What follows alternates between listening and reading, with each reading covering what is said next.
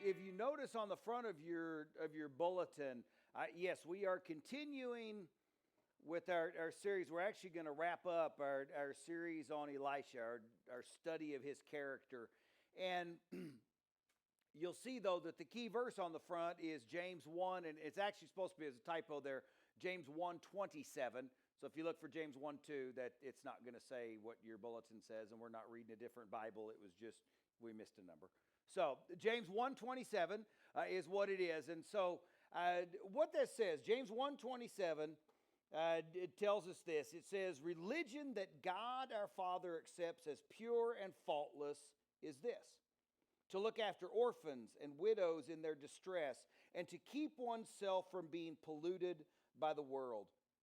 And the reason that I chose that is just, as I have been thinking and reflecting upon Elisha's life, his ministry, his example, that to me fits it. I mean, I know that James wasn't talking about Elisha when he wrote this, but I don't think that there could be a more apt description of who he was. And one of the things that we've talked about from the very beginning was that, Elisha was a man who did not compromise in his convictions. And another way to phrase that is that he was not polluted by the world.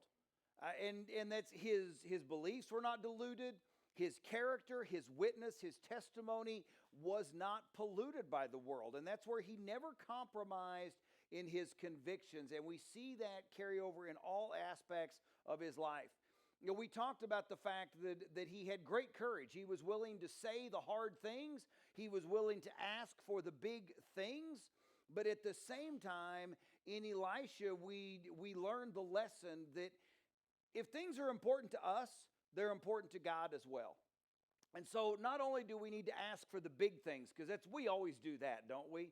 When it's a big thing, when it's, do we have kids? Do we take this job? Do we move to here? Do we do whatever? We're suffering from a disease. We take all the big things to God, but so many of the little things we don't. And it's as we talked about, if it is important to you, it is important to him.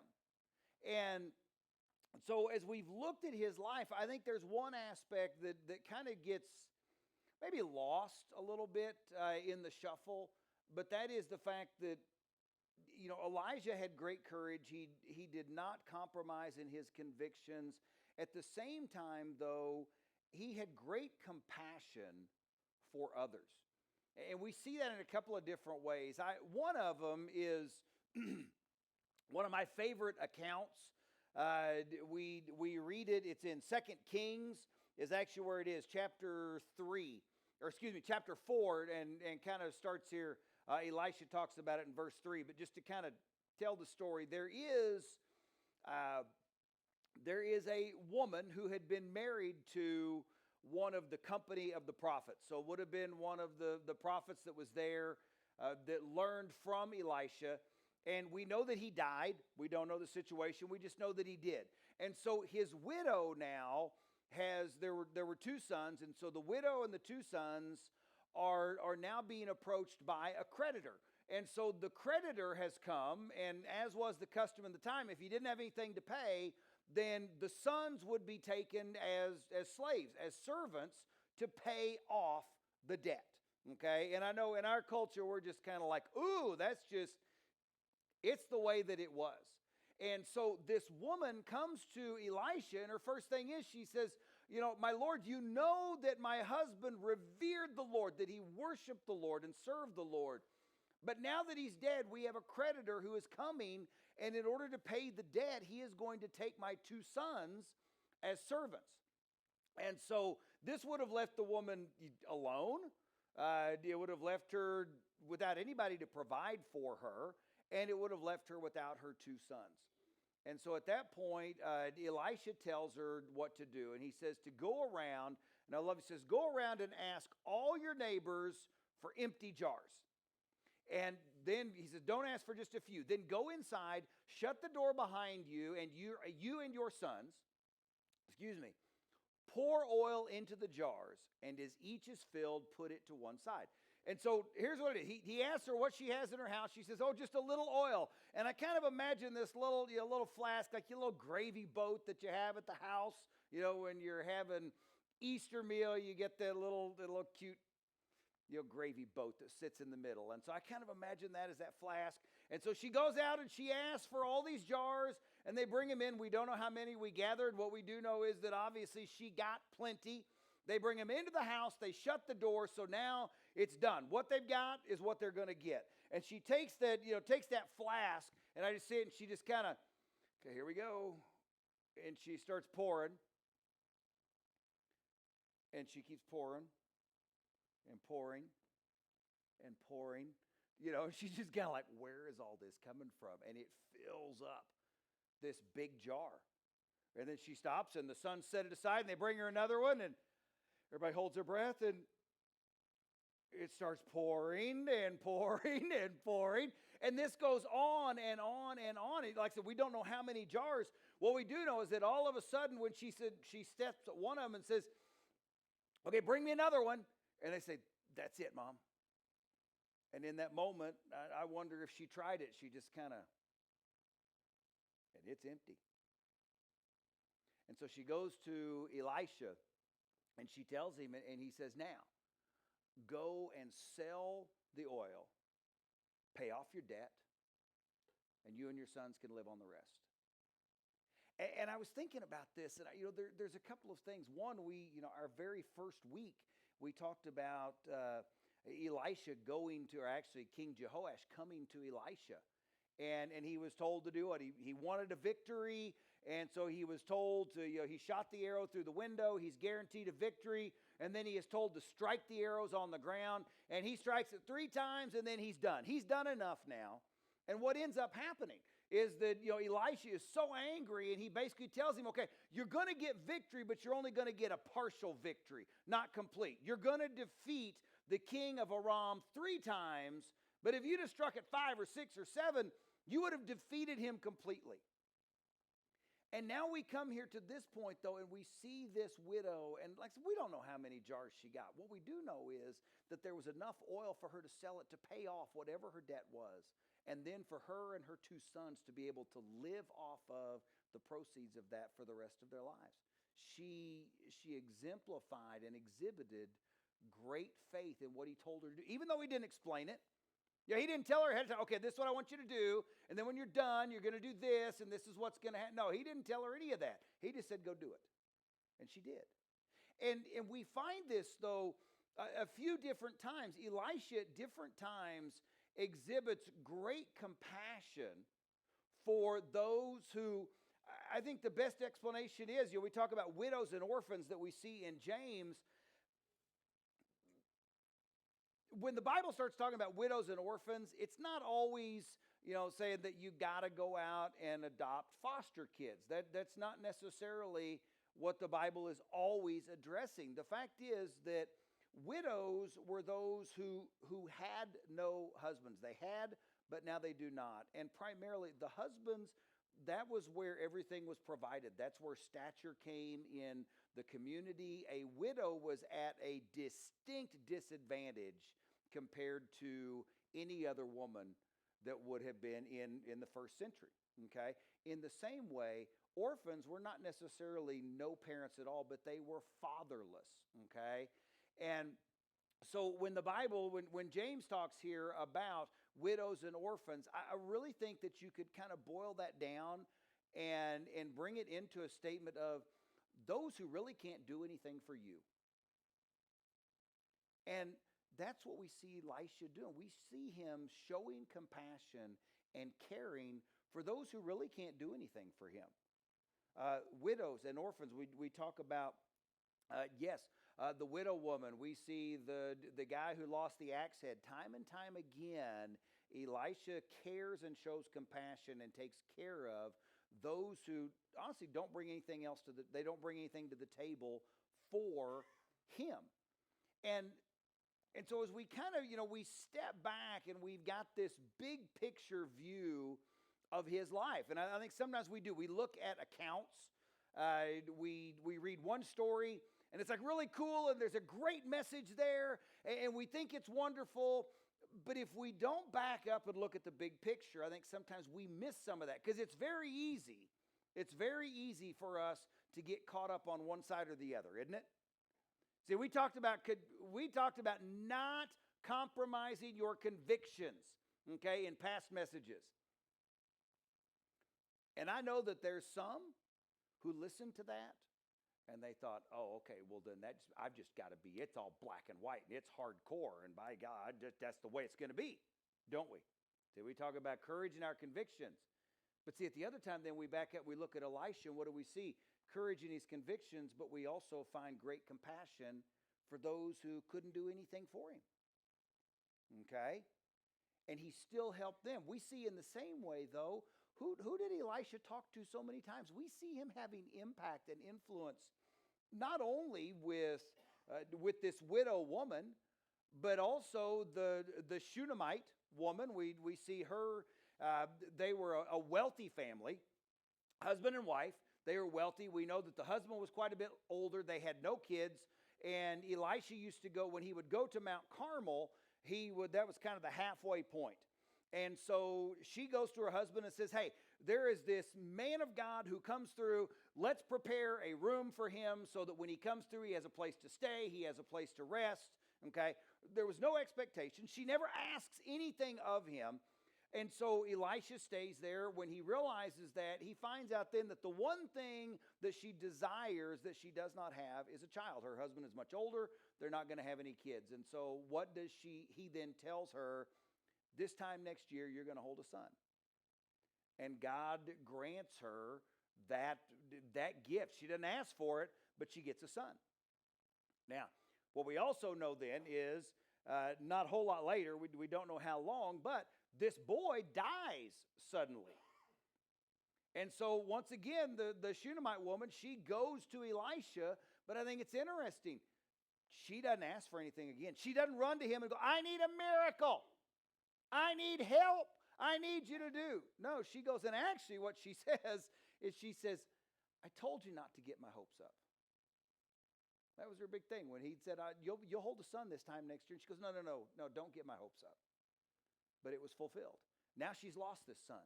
And so she goes to Elisha and she says, didn't I tell you?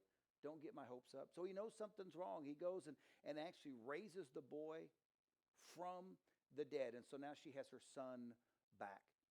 In the same way, there's when King Ben-Hadad of Aram was going to invade, there would be a famine over the land. He tells this same woman to leave. There's going to be a famine coming for 7 years. You need to go elsewhere to the land of the Philistines, where you will be able to eat and live, and then you'll be able to come back. And I just, when we read all of these together, we do see a man who cared. He had compassion. He had courage. He had strong convictions. He didn't waver on all of that. And I know that sometimes we, as New Testament Christians, let's be honest, we kind of get locked into Matthew 1:1 through the end of Revelation, don't we? We're kind of like, we're New Testament Christians, so we read the New Testament. And our example is Jesus, correct? Isn't that what we're supposed to be? If you're a Christian and you're standing here, then the goal of your life is to be more Christ-like, correct? Let's take a quick poll. Camera can't see you. No, who wants to be more like Christ? That is our goal. But let's be honest. Let's be honest. Jesus is God who became like us. Okay, he took on human flesh. And so, although we may be, our goal is to be more like Christ, that is the process of sanctification, it will never be completely achieved on this side of eternity, will it?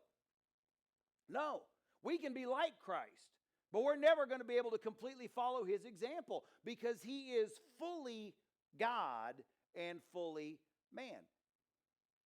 But what do we see in Elisha? Wasn't Elisha a man just like me? Elisha was a man just like you. He was a man who had a call placed upon his life, who was empowered by the Holy Spirit, who accomplished amazing things for the kingdom of God. And so when we look at his life, we see that there's so much of this, the courage of our convictions, we can do that if we will make the same commitment that he did. In the same way, the compassion for those who don't bring anything to the table, we can have that as well. In fact, that's what we're called to do. And as I read that passage in James, when James talks about religion, please understand, he is not talking about like organized religion. It is a way of life. It's a way of faith. It's what we're called to do. In fact, that word religion is only used, that particular word for religion is only used 3 other times in the New Testament, okay? And it's not about man-made religion. It's not about an organized religion. It's not about a place to go. It is about a way of life, about a belief system. And so when James says that a way of life, okay, religion that God our Father considers pure and faultless is this: to look after widows and orphans in their distress. Those who bring nothing, those who don't have anything to offer you, look after them in their distress. Because God is pleased with that. Because that's what we're called to do. And then to not be polluted by the world, to not be diluted by the world. I was thinking about this. Imagine that if I had you can take this one. I got a pure bottle of water. Okay, it is just spring water. We'll pretend it says Fiji, and it's never been touched by human hands. Isn't that what the commercial says? Okay. Liars. Anyway, I want to know how they got it in the bottle. So you've got this pure spring water, okay? And I don't think anybody, if that was the case, nobody would have a hard time drinking it, would you? If you got this pure bottle of water, pure glass of water, and I say, here, who wants a drink? Everybody come up here and you take a drink. Now, if I were to just, let's just pour a cap full of chlorine bleach in it, who still wants to drink it? And just a cap full, it's not much. So, I know that it's polluted, but it's not really polluted. It's just a little bit polluted, right? No. See, and I think that's the thing that we need to understand when we start talking about our faith and about our witness and our walk. We tend to compromise. We tend to compartmentalize. And as a result, I believe that in many ways we dilute our witness and we pollute ourselves. And a little polluted is the same as a lot polluted. But in Elisha, we see this example of how we don't have to be one or the other. We don't have to be all the way over here. Going back to our Jesus as our example, we know that Jesus came from the Father full of what? Grace and truth. Now, let's be honest. In our world, do grace and truth go together very often? Most of the time not.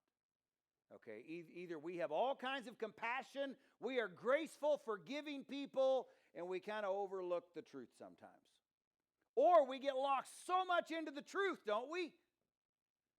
That what's the word that comes out of our mouth a whole lot? You're wrong. Maybe we don't say that word. Maybe we just say, no, I know I'm right. You need to listen to me. The Bible says. I love that. That's always a good one. You can just whack them over the head with that one, by golly. But don't we? We tend to be on one side or the other. Yet we read that Jesus was full of grace, full of truth. In the same way, we read that Elisha never compromised his convictions. He never compromised his beliefs. Yet he was compassionate and he was caring.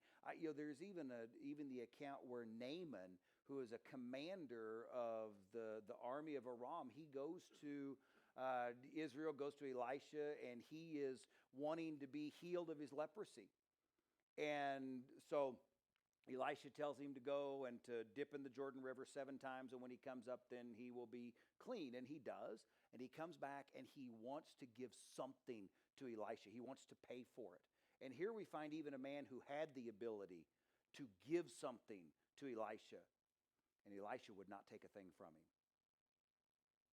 Because he was not going to let Naaman believe that somehow he had bought this miracle than anything else. And as a result, we see Naaman going back to Aram, and he actually asked permission. It's kind of a cool story. He asked permission from Elisha. He says, okay, then may the Lord forgive me, because when I go into the temple of my king and he is on my arm and he bends to bow to his gods, I mean, I have to bow too. So God, please forgive me when that happens. In other words, I'm not bowing to these false images. I know who God is because of this healing. And it's a really, I said, please go back. If you have not ever read, it doesn't take long. Read the story of Elisha. Just begin in 1 Kings 19, read all the way through. You'll be like, oh, that's awesome stuff. Okay? But we see this of both of them, because it would have been very easy for Elisha then to say, oh no, you better stand up straight. You better tell the king never to ever do that. No, you better tell the king you're not going to bow. Elisha never compromised his convictions, but what did he? He had compassion upon this man because he knew that his heart was in the right place. He knew why he was doing it. And so I really want to challenge you. I think that, as we kind of come to our time of decision, the question that we have to ask is, where are we on this spectrum? Does anybody ever listen to Stephen Curtis Chapman? I love Stephen Curtis Chapman. Had a song years back that was awesome. And I think in a lot of ways, we talked about Elisha and the whole thing of strike the arrow and urgency and not waiting. Stephen Curtis Chapman had a song called The Next 5 Minutes. And basically it said that, I'm spending the next 5 minutes like this is my last 5 minutes. Because I know the next 5 minutes may be all I've got. And after the next 5 minutes becomes the last 5 minutes, I'm taking the next 5 minutes to do it all over again. What would our lives look like if we lived that way? I mean, Elisha lived in an attitude, and I think that we need, of not saving anything for the next day, not saving anything for it. Leave everything on the field. Live today, we always talk about, hey, tomorrow's not promised, don't we? Don't we always say that as Christians? We're like, tomorrow's not promised. Do we live that way? No. What would happen if we did? What if we did? If we lived every day as if this could be my last day? Knowing that when we went to bed, we have forgiven everybody we need to forgive, that we have spoken to everybody that we need to speak to, that we have asked for forgiveness of everybody that we need to ask forgiveness of, that we have loved, that we have prayed for, everything we have done, everything that we need to every single day. And when we go to bed, if we get up in the morning and God has blessed us with another day, we start it all over again. Would we not be living that life that James describes, that example that we see in Elisha of not leaving anything on the field, giving everything that we have got? I'm going to ask you to stand. As we have our time of decision, I really want you, because only you can answer these questions. If you are here today and you realize that you have compromised in your convictions, that you've got areas of your life that you have compromised, that you have given in, I'm just going to ask you to spend some minutes as we sing this song, just asking God to enable you to confess that to Him and to ask for the ability to be able to change that part of your life.